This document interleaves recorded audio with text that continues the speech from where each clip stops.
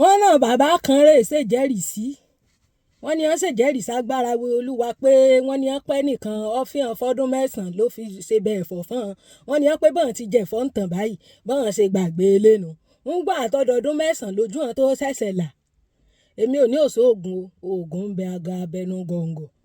ṣùgbọ́n nígbà tí mo wo fídíò yẹn látòkèdè lẹ́yànyán mo rí wípé ọmọbìnrin ń lo oògùn fún yín bàbá ẹ fẹ́ yàwó mẹ́ẹ̀ni fine so many reasons ló lè mọ́kùnrin fẹ́ yàwó tó jù kan lọ àgbàlagbà tí bá ń sáré nú ẹ̀kan bí nǹkan ò lè yọ ọmọ ilé nǹkan tó bá wù ọ́ ló fi fẹ́ mi ṣùgbọ́n àwọn ọkùnrin tán máa ń sọ pé bóyá nature ṣẹlẹ̀ sáwọn ti lé sú hàn ń wá mi lọ́hùn àwọn ọmọ pé n tó mú ti lé sú hàn ńgbà yóò náà bá lo some few years yóò sú hàn náà ìwọ tó o bá ti mọ̀ wípé nígbà tí irú nǹkan bá ń bá ṣẹlẹ̀ o ò ní any other alternative tó lè ṣe bí kò travel bí kò create gap bí kò gbàwẹ̀ so that by the time tó bá create gap tàbáwẹ̀ yẹn tàbí tó travel tó padà wá yẹn then the interest will be ignited again tó o bá ti lo gbogbo àwọn ọlọ́dà tactic tó ṣe pé mi ì lo lọ ò gbé ń gbọ́ ọ̀bá yá ìyún òun oṣù òré ọdún 9 kò easy fókùnrin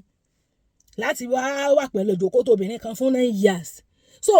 ìyún náà sú bàbá ni kì í ṣe wípé bóyá oògùn kan nìyẹn lò fún olóbó ṣẹ̀fọ́ mo rí gbogbo wọn tí ń rẹ́rìn bẹ́ẹ̀ mo ní èèyàn lè jẹ́rìí ságbára ọlọ́run fún nǹkan tó bá wá spiritual but in this aspect this one is not spiritual it is strictly natural it is scientific and it is understandable ìwọ ọkùnrin tó mọ̀ wípé o fẹ́ lọ gbé ìyàwó mi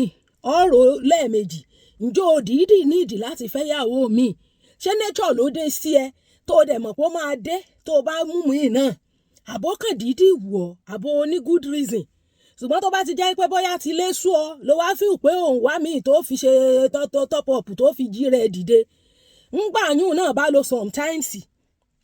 yóò tún sú ọ náà bí ó ti ṣẹlẹ̀ ńlẹ́ náà ni ó ṣẹlẹ̀ sí yún then ìwọ ọkùnrin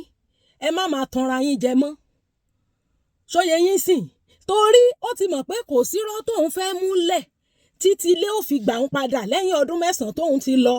òun ló ṣe yírọ́ pé ó fògùn fẹ́hun ó bóun sọ bẹ́ẹ̀ fọ́ òun jẹ́ ẹjọ́ náà kí lọ bẹ́ẹ̀ fọ́ ṣe fẹ́yìn èèyàn náà ṣé ọbẹ̀ ẹ̀fọ́ nìkan ni wọ́n lè fògùn sí fún yín ni àbí kò sí ẹni ọ̀dà ọbẹ̀ míì tí wọ́n lè sè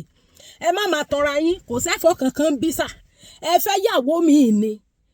ẹ ti wá gbàgbé wípé kò sí bẹ́ẹ̀yàn ṣe fẹ́ yàwó tó nǹkan tó ṣẹlẹ̀ ní the first one yẹn náà will repeat itself because obìnrin náà lè ń deal with àmọ́ṣẹ́ tó bò mí lè ṣe nínú ìgbésí ayé okó ọkùnrin tó kó bá kú òbò tuntun lè jí okó kódò ṣẹlẹ̀ sí dáfídì nígbà tó di para dáfídì bẹ̀rẹ̀ sí tutù wọ́n ní let us bring a young lady to keep him warm gbogbo ìgbà yẹn ó ti fẹ́ abigail ó ti fẹ́ bathsheba ó ti fáwọn ìyàwó kan tó lọ mú abishagi wá ìgbà tán mú abishagi dé tán rí wípé ara ẹ̀ ò tún wá lé iná fi wò pé ó dà pé bàbá ti fẹ́ mọ log out ni òbò tuntun ń jí okó is normal bẹ́ẹ̀ni tí ò bá lè fẹ́ òbò tí ò lè fẹ́ yàwó mi torí mi ò fọwọ́ sí zina tó bá mọ̀ pọ̀ lágbára yàwó mi fífẹ́ gba àwẹ̀ tàbí kó travel tàbí kó ṣàṣe àwọn new thing tó máa mú ẹ mí sí ibẹ̀ yẹn ṣùgbọ́n pé kó fíw pé ó lọ fẹ́ yàwó mi ń gbò bá wá dé tíyẹn náà bá sú ẹ ò wá ní mọ bó ṣe padà sílé ó mọ wá lóògùn lẹ́nìkan lò fún ẹ kò lo oògùn kankan fún ẹ òbò ẹ sú ẹ ní tó ti yé yín torí mo mọ̀ pé ẹni tó sẹ́ndì fídíò yẹn sí mi ó fẹ́ kí n sọ̀rọ̀ ń pa ẹ̀ ní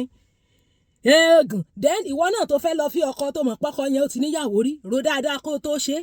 torí tó bá yá ń sìn gbogbo ètí ń dá ọ láàmú especially ẹ̀yin single mother lẹ sábà máa ń jẹ́ tágẹ́ẹ̀tì wọn ńgbà tó bá yá nísìn bóyá ẹ̀ṣẹ̀ tìyàwó ẹ̀ṣẹ̀ wọn ti dárí jinra wọn àbí tóbìnrin ti rí competition tó ti sáré change tó ti gbé wáńgẹ́lì wọ̀ di ọkùnrin kàn ṣe pé oògùn ló lò fóun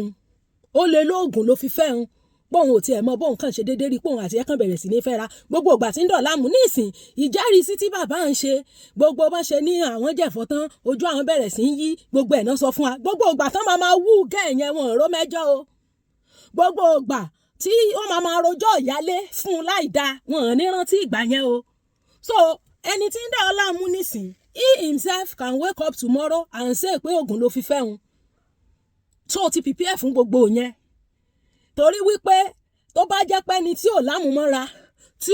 ò understand béèyàn ṣe lè ṣe retreat even níṣẹ́ olúwa gan tó bá ṣe pé kínní they go to retreat, they go to conferences kí lẹ́rọ kan sọ ní retreat and conference wọ́n renew wọ́n revive wọ́n ṣe revival náà láti revive spirit.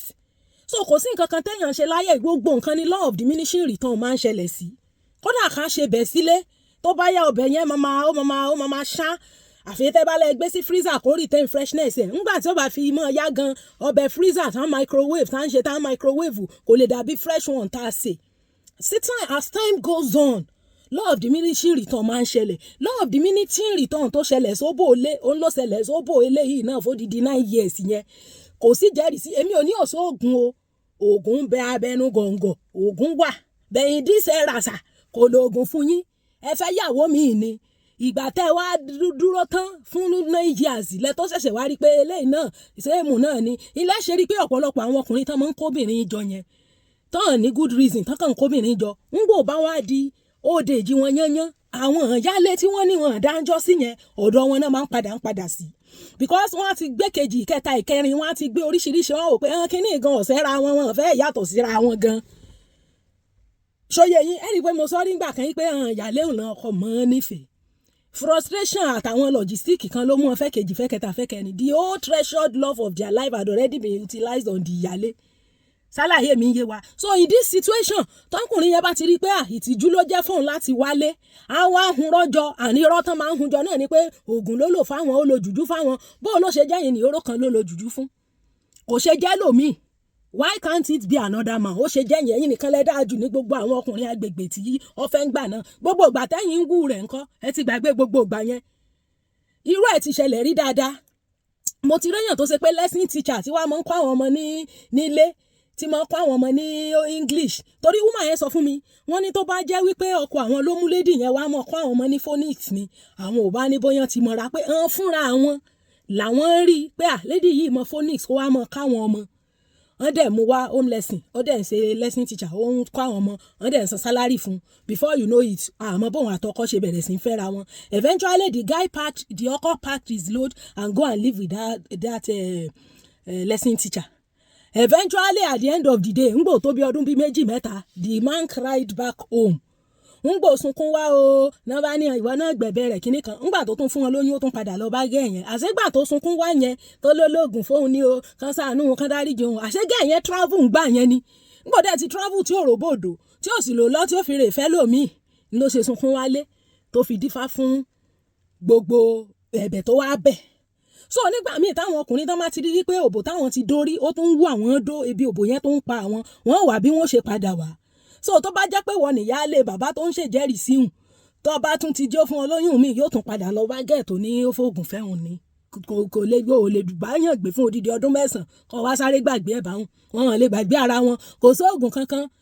múlẹ̀ kí ìyáálé lè gbà padà múlẹ̀ ni so ẹ má gbé yẹn wá fáwa ń bí ẹ má gbé yẹn wá torí nígbà tí fídíò yẹn drop sí WhatsApp mi another person still sent that same video èmi wá ń jẹ́ kó mọ̀ yé wọn pé èèyàn ò lo oògùn kankan kò sí oògùn kankan tó lò fún wọn kò lo oògùn fún wọn òbò èṣù wọn náà ni which is number bó o fẹ́ kẹta náà yóò sú ọ bó o fẹ́ kẹrin náà yóò sú ọ bẹ́ẹ̀ ni tó bá jẹ́ pé òbò sì sú yàn gbogbo ò lè kó mọ́ is the only singular reason tó fẹ́ yàwó mi abẹ́tà kó wá bẹ́ẹ̀ ṣe gbéra yín travel tẹ́ gbéra yín jáde tẹ́ lọ ní nice time tẹ́ lọ tún change location tẹ́ change everything about dídó life yín ṣùgbọ́n tó bá fíw pé torí ìyẹn òbólé ò lè kó mọ́ ló gbé mi ìyẹn náà sú ẹ̀yìn ilé ọlọ́dún 9 yìí ti ẹ̀ try ó lè mọ́ lọ́dún 2-3 tí ó fi sú ọ so kò sí spiritual náà yẹn ẹ yé spiritualize nǹkan tó physical whatever is physical spiritual let it be spiritual kò sóògùn kankan múlẹ̀ ló ń ṣe múlẹ̀ fún ìyálé kí ìyálé lè gbà padà unfortunately ẹ mọ̀ tán ra yín àti gẹ́ yẹn ṣì máa dóra wọn ṣì máa yọra wọn dó tóró fẹ́ ni o ò lè sọ pé yàn oògùn jùjú ló lò fún ẹ fódìdí ọdún 9 mi ní òsì jùjú o ẹ mọ̀ sí mi gbọ́ o yàrá yìí ní ìsìn ṣùgbọ́n in this scenario and situation tẹ bá kíyèsí fídíò bàbá yẹn gbogbo ọ̀rọ̀ ńlá tó kéde lẹ̀ ẹ ti rí i pé kì í ṣe jùjú kankan and that is what will happen to virtually everybody. So ìwọ tó mọ̀ èyí tó wá ń wúwẹ́ tó ń dẹ̀ láàmú tó níyàwó òun ọ̀dà igbá kan àwọ̀ kan sẹlẹ́dẹ̀ ń pàkọ́ tètè mọ̀ pé tó bá yá yóò padà ọ̀dọ̀ ìyálé yóò já ojúlẹ̀ irú wọn single mother náà mọ́ dì kàn why because ńgbà tó bá yọ tójú ẹ̀ ń bẹ̀ náà tó bá ńgbà tí ó bá padà lé oògùn ni ó lò fi fẹ́ òun at the end of the day especially bá ti ẹ̀jẹ̀ Christian wọ́n sọ fún un pé ènìyàn méjì ni yóò sì di ẹyọ kan nígbà náà ni yóò sì lọ sí ilé rẹ̀ ni àwọn méjèèjì yóò sì di ẹyọ kan ìgbà kan àwo kan bí wọ́n ṣe wá bí ó ṣe padà lẹ́nu wọ́n nìkan lọ́mọ dá tọ́jú ọmọ tó bá bí fún mọ́ tán rẹ̀ àfi tó bá ti prepare fún yẹn tẹ́lẹ̀ ní ọmọ lọ lẹ́sẹ̀ ni ṣùgbọ́n you have to be prepared pé ó lè di ọ̀la kébi ilé tún mọ́ pa káàárọ̀ lé mọ́ pa oògùn ni ó lò ṣe fóun bí irú bàbá tó ní ṣe ló bóun ṣẹ̀fọ́ ṣe ló bóun sọ̀gbọ̀lọ̀ ṣe ló ṣe gbàṣàwò so kò sì sóògùn kankan bàbá ń fẹ́ ọ̀fẹ́ yàwó ni ọ̀fẹ́ ni bó ti jẹ́nu so kò sí nǹkan tó burú bẹ́ẹ̀ law of diminishing return máa ń ṣẹlẹ̀ sóbò oríṣiríṣi lòbò àwọn òbò míì wà tó jẹ́ pé ẹni tó ní òkè ń tọ́jú ẹ̀ èmi ò sí nínú àwọn spíkà tán máa ń sọ pé òbò yàtọ̀ sóbò òbò yàtọ̀ sóbò torí bí kálukú bá ṣe ń tọ́jú òbò ẹ̀ ó yàtọ̀ sí bí ẹlòmíì ṣe ń tọ́jú tiẹ̀ so yá báyìí nísìn ẹni tí ò bá kí ń jèso yogurt àti gbogbo àwọn nǹkan tó máa jẹ́ kí fluid ara kó neutralize kó wà òkè irú ẹni yẹn ó dàn gan ẹ̀rọ ni ambulance ṣe wípé other treatment ṣàlàyé mi ń yí abáhùn òbò yàtọ̀ sóbò gbogbo jíláǹdé òbò yàtọ̀ o bẹ́ẹ̀ bá ṣe tọ́jú òbò ẹ̀ ni so ti yá báyìí nísìn ṣùgbọ́n no matter what kò sí bóbò ṣe dáa tó ń gbò bá fi máa dó fún díẹ̀ náà yóò sọ náà ni ọ wà ṣẹ̀ṣẹ̀ mọ́ sọ pé ògùn lélẹ̀ fún irọ́ ni àárò lé ti ń sọ òun fẹ́ dó tilé náà ni òbò tó ti pa ti fún odidi 9 years ebi rẹ̀ tó ń pa bàbá nẹ ló ṣe mú ńlẹ̀ ní gbogbo yẹn mú ńlẹ̀ ẹ̀mẹ́ sọ ẹ má gbé yẹn wá fẹ́mi ẹ má máa sẹ́ǹdì irú hàn fídíò sẹ́mi mọ́ ẹ má máa sẹ́ǹdì technology research ti advance ju level pé ẹnìkan wá lóògùn fún ara rẹ̀ ti wá yá ojú ẹ̀ ti wá là á ní kinní kan níjọ́ aláyé ti dáyé lọkùnrin ti ń fẹ́ yàwó mi ìyẹn ò tuntun ṣùgbọ́n pé ká rò pé bóyá ìyẹn láfi wá discourage àwọn èèyàn níjọ́ ní irú àwa ìdáyé náà gan tí akọ́ tó di wípé bí irú àwa ìkọ́nà ọkùnrin tí wọ́n bá fẹ́ yàwó ti ń fẹ́ yàwó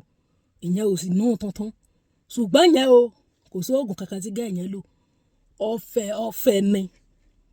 ni lẹ́nu ìwọ tó mọ̀ wípé ẹni tó fẹ́ náà ò ti níyàwó rí tètè mú ara kó dirú ẹ kó pé sódà tó bá di long run tí wọ́n fẹ́ return home ò ní pamọ́jọ bí ẹ mọ́ ọba ti wín mọ́jọ bí ẹ mọ́ ìwọ nìkan lọ́mọ dá tọ́jú rẹ̀ kàkà bẹ́ẹ̀ kọ jòkó rẹ̀ yányán kọ jòkó rẹ̀ sí ilé kọ mọ̀ ṣe síngù rẹ̀ ìkú léèyàn kó lè bàbá èèyàn àbí sí ọmọ léèyàn kó mẹ́ bàbá ṣe pé ní ọ̀fọ̀kan ìbalẹ̀ kọ́ ọmọ rẹ̀ bẹ̀ fáwọn táwọn rojọ́ dryness mo sọ fún wa mo ní ó wà abnormal fún ẹni 30 ẹni tó ṣì wà in arteries kárẹ̀ mọ́ gbẹ ẹni tí ó bá ń wà dry ní young age kó lọ wò ó bóyá ò ní infection ni tí ò bá dẹ̀ ti ní infection kó take ara rẹ̀ kó fọkàn sí tó ń ṣe fọkàn sí okó tó ń dó ọkùnrin tí ò bá tí ì fẹ́ mọ́ wulẹ̀ bá sùn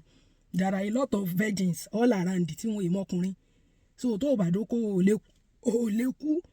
fi ọkàn sí okó tó ń dó ntí ì sí ìmọ̀kàn àwọn obìnrin míì wà pẹ̀lú okó tẹ́ni tí ń dúdú ọ̀hún ọ̀bà tí ì fi hàn sábà yìí nìyẹn sìn sọ fún un kó rè fi ọbí ọ̀bà rè fi ọkọ mọ́ lọ zìnà náà lẹ́ ń ṣe ọ̀run àpáàdì lẹ́ máa láǹdì sí sábà yìí nìyẹn sìn fi ọkàn sí okó tó ń dó tó o bá ti fọkàn sí o lè wẹ́ẹ̀tì ìyẹn nọ́mbà 2 béèyàn jẹ́ virgin gan tí ọmọkùnrin rí gan tó bá ń ovulate tàbí tí nature bá dé ó lè rí pààrọ̀ àrùn tutù ìyẹn ò tuntun ìyẹn ò sì nú ẹsẹ̀ ìyẹn ò mí pé amen ìyẹn ò sì ń bẹ̀ mọ́ so put your mind majority àtàn náà ń dry gan they are married women mọ́kàn rẹ kó nú ẹsẹ̀ tó sí ọ̀lànà ẹlòmíín gbọ́ bá fẹ́ dókó ní ó máa rántí school fees yóò máa rántí landlord tó wá fowó kún owó ilé ò ní ìdí gbogbo yẹn that's number 2 number 3 àwọn tí wọ́n ṣeré ìbẹ̀rẹ̀ ohun tí wọ́n ṣe foreplay ohun náà máa ń fa dryness dábàá nísìn number 4 àwọn tí wọ́n ti gédọ̀ wọn circumcision female genital mutilation òun náà máa ń fa dryness torí ẹ̀ gan wú gan báyìí ní ẹ̀sìn àwọn World Health Organization wọ́n ti ní ọmọ gèdọ̀ fọ́ ọmọ mọ́ wọ́n ti ní ọmọ gè ìdọ̀fọ́ ọmọ mọ́ those are the things àjíǹde àrí ọmọ jẹ́ fún gbogbo èèyàn ìwọ tó bá mọ̀ pé ọ̀tí ìlọ́kọ rọra dúró rẹ fọlọ́hún mọ́rẹ̀ ṣe zìnà èmi ò sì ń bẹ́ẹ̀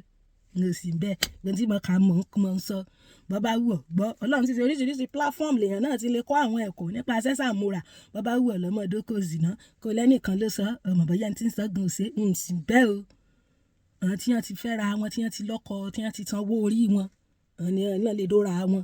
wọ́n tán àti ìfẹ́ tó bá láàbò ẹlẹ̀ jẹ́jẹ́ ló ṣòfò ara ẹ̀yìn sí bẹ́ẹ̀ ṣùgbọ́n bàbá tán ní ọpẹ́ fóògùn fún ọ̀hún kò sí oògùn kankan tí wọ́n fi fẹ́ bàbá tún fẹ́ ní taste of ilé after òjìdí ọdún 9 ni ìyẹn ò dẹ̀ tuntun so ẹ má máa gbé yẹn wá fáwa ẹ má gbé yẹn wá so please ó ṣe jẹ́ nìyẹn thank you bye bye.